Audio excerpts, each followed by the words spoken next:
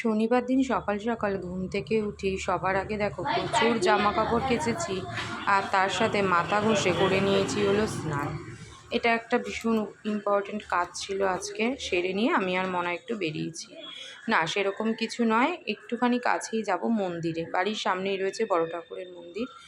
আগে শুক্রবার তো গণেশের একটা অ্যাক্সিডেন্ট হয়েছে, তো সেই শনিবার থেকে মনে মনে স্থির করেছি আর কি, বড় ঠাকুরের মন্দিরে আমি প্রত্যেক শনিবার পয়সা দিই, কিন্তু ঠাকুরকে ধূপকাঠি মোমবাতি কিনে নিজের হাতে কখনো দেখানো হয় না। তো মনে মনে আর কি ভেবেছি, যেহেতু রাস্তায় দেখো আমাকে, গণেশকে, মেয়েকে, সবাইকে বেরোতে হয়, তো রাস্তাঘাটের বিপদ আপদ থেকে বাঁচার জন্য বড় ঠাকুরকে কিন্তু পুজো দেওয়াটা খুবই দরকার।